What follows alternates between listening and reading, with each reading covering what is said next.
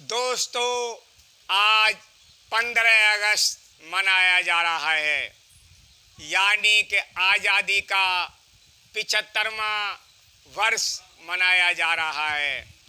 15 अगस्त 1947 से पहले हम अंग्रेज़ों के गुलाम थे और आप जानते हैं गुलामी तो गुलामी ही होती है। हमारे देश में अंग्रेज़ों ने बहुत अत्याचार किए, जलियांवाला कांड किया और विशेष हम पे अत्याचार होते रहते थे। हमारे देश में कोई भी उत्पादन नहीं था, कोई उद्योग धंधे नहीं थे। अंग्रेज हमारा कच्चा माल विदेश ले जाते थे और उसी से सामान बना करके हमको महंगे रेट में देते थे।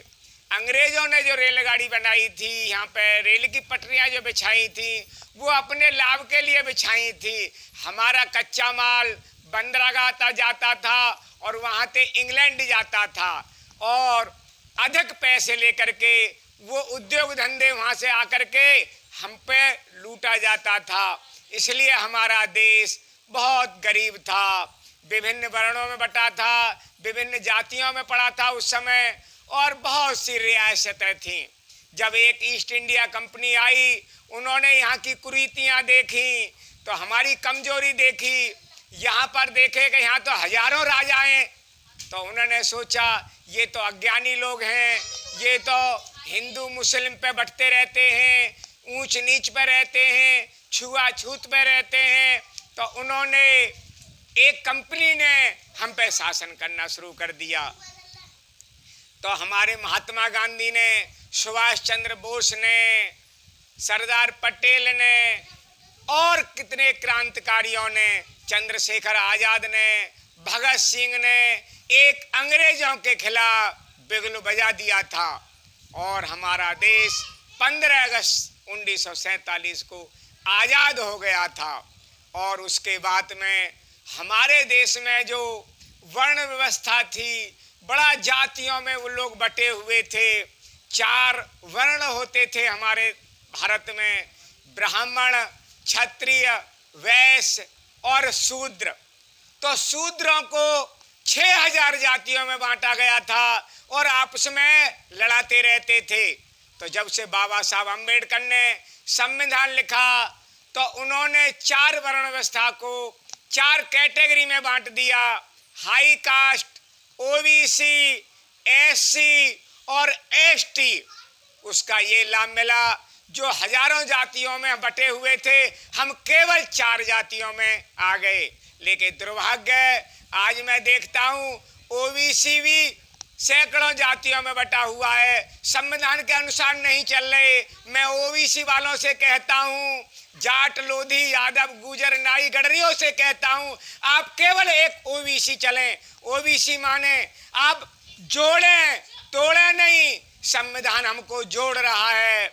हमारा जो संविधान है, हमारे देश में विभिन्न जातियां हैं और विभिन्न धर्म हैं, लेकिन राजनीति एक सूत्र सिखाती है। हमारा संविधान ही हमारा धर्म ग्रंथ है, हमारी रक्षा हमारा संविधान करता है। संविधान के अनुसार ही हमको सजा मिलती है। संविधान सर्वोपरि है, राष्ट्र सर्वोपरि है, धर्म सर्वोपरि नहीं है।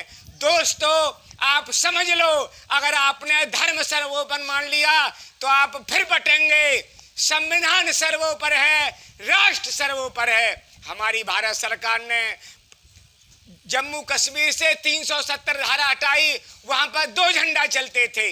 तो आपको एक ही संविधान मानना है, एक ही राष्ट्र मानना है। जब संविधान एक है तो लड़ाई नहीं होगी। तो आज हमको ये सब हमारी भारत सरकार आगाह कर रही है, अनुसार चलें, संविधान के अनुसार चलें।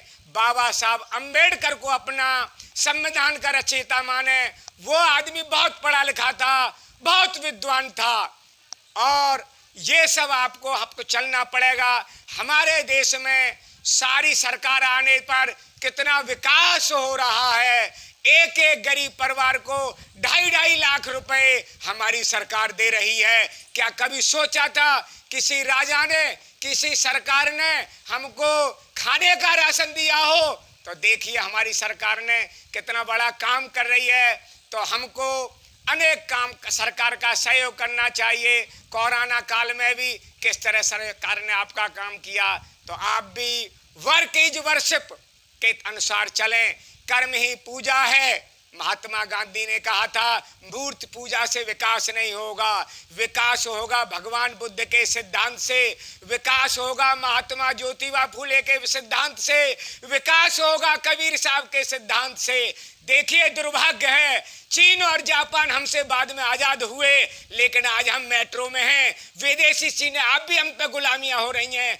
एक ईस्ट इंडिया कंपनी आई थी, आज हजारों कंपनियां आ गई हैं। अगर आप नहीं जगे तो आप हजारों साल गुलाम हो जाएंगे। जय हिंद, जय भारत।